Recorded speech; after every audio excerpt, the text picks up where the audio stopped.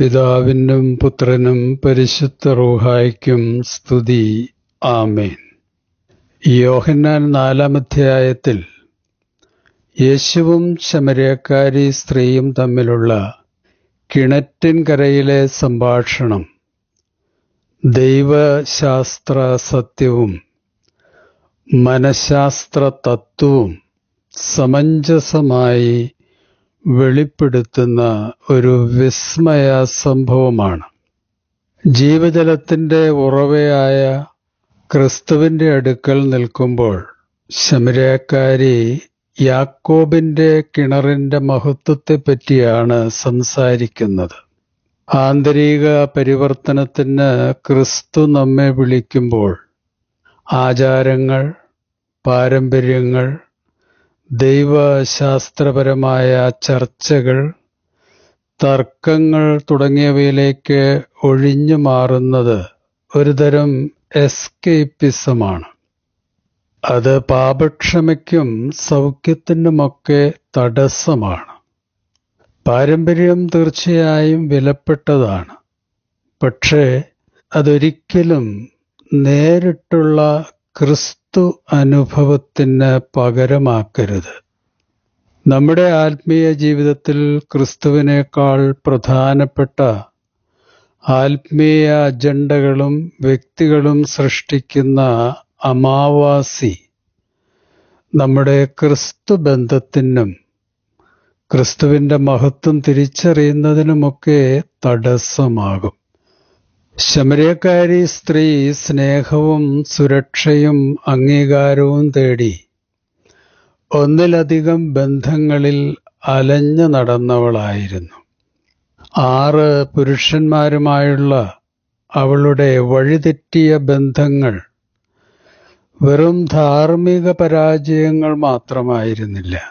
അവ ആഴത്തിലുള്ള ആന്തരിക ശൂന്യതയുടെ പ്രതിഫലനം കൂടിയായിരുന്നു. വൈകാരിക അരക്ഷിതത്വവും ബന്ധങ്ങൾക്കിടയിലെ മുറിവുകളുമായിരുന്നു അവളുടെ പ്രതിസന്ധികൾ.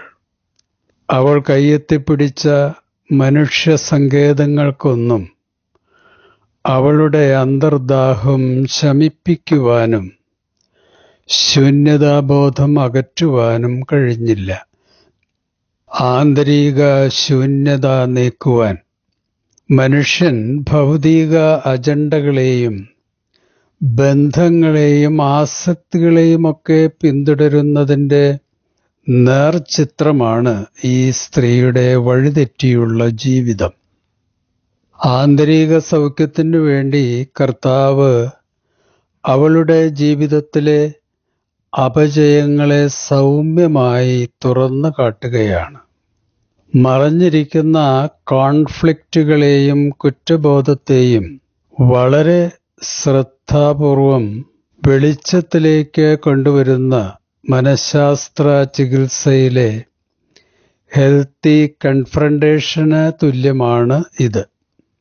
യഥാർത്ഥ പ്രശ്നപരിഹാരത്തിനും പരിവർത്തനത്തിനുമൊക്കെ കൺഫ്രണ്ടേഷൻ അനിവാര്യമാണ്.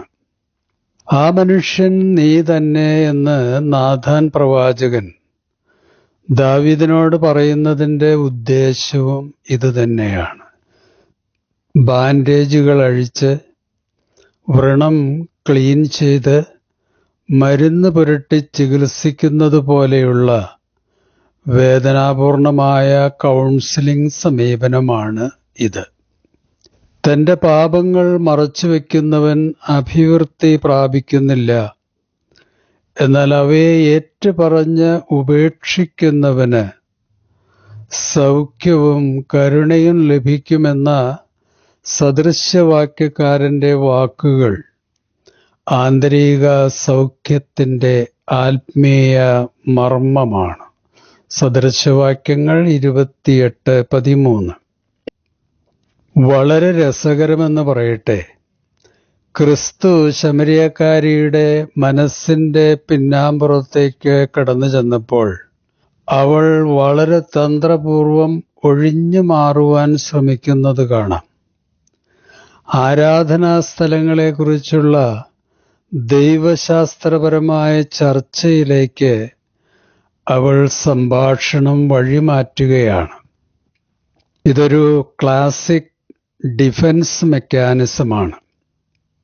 വ്യക്തിപരമായ തകർച്ചകൾ, ഉത്തരവാദിത്തങ്ങൾ, ആന്തരിക സംഘർഷങ്ങൾ, പരാജയങ്ങൾ തുടങ്ങിയവയെ അഭിമുഖീകരിക്കുന്നതിൽ നിന്ന് ഒഴിഞ്ഞു മാറുവാൻ ആത്മീയം മുഖം മൂടിയും മറയും ഷെൽട്ടർ ഹൗസുമാക്കുന്നവരുടെ അതേ അടവുകൾ തന്നെയാണ് ഇത്. പക്ഷേ കർത്താവ് അവളെ ക്ഷമാപൂർവം പിന്തുടർന്നു. അവളുടെ അന്തരംഗത്തിന്റെ അകത്തളത്തിലേക്ക് സ്വർഗീയ വൈദ്യൻ കടന്നു ചെന്നു. സ്നേഹത്തിനു വേണ്ടിയുള്ള അവളുടെ ദാഹത്തിനും അലച്ചിലിനുമിടയിലുള്ള ആന്തരിക സംഘർഷത്തിന്റെ അടിയൊഴുക്കുകൾ ക്രിസ്തു അവൾക്ക് ബോധ്യപ്പെടുത്തി കൊടുത്തു. അവളുടെ നിഷേധ മനോഭാവത്തെ അംഗീകാരം കൊണ്ടും ലജ്ജയെ കൃപ കൊണ്ടും ക്രിസ്തു സൗഖ്യമാക്കി. ആത്മാവിന്റെ വൈദ്യൻ അവളോട് പറഞ്ഞു, ഞാൻ കൊടുക്കുന്ന വെള്ളം കുടിക്കുന്നവർക്ക് ഒരു നാളും ദാഹിക്കുകയില്ല. ഞാൻ കൊടുക്കുന്ന വെള്ളം അവരിൽ നിത്യജീവനിലേക്ക് പൊങ്ങിവരുന്ന നീരുറവയായിത്തീരും. യോഹന്നാൻ 4:14. ഈ ജീവജലം നവീകരണത്തിന്റെ ചാലകശക്തിയായ പരിശുദ്ധാത്മാവിന്റെ പ്രതീകമാണ്. കർത്താവിന്റെ മുമ്പാകെ സമർപ്പിക്കുന്ന നുറുങ്ങിയതും തകർന്നതുമായ ഹൃദയത്തിലേക്ക് ജീവജലനദി പ്രവഹിക്കും. നമ്മുടെ തകർച്ചകളും ദൗർബല്യങ്ങളും ആസക്തികളും മറഞ്ഞിരിക്കുന്ന പാപങ്ങളുമൊക്കെ ഏറ്റുപറയുമ്പോൾ ക്രിസ്തുവിന്റെ ആത്മാവ് നമ്മിൽ സ്വതന്ത്രമായി പരിവർത്തിക്കുവാൻ തുടങ്ങും.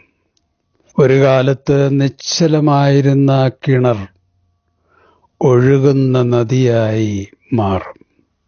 ആത്മീയത യഥാർത്ഥത്തിൽ നിന്നുള്ള ഒളിച്ചോട്ടമല്ല, ഉത്തരവാദിത്തങ്ങളിൽ നിന്നുള്ള ഒളിത്താവളമോ പരിഹരിക്കപ്പെടാത്ത പ്രശ്നങ്ങൾ അവഗണിക്കാനുള്ള മുഖം മൂടിയുമല്ല ആത്മീയത.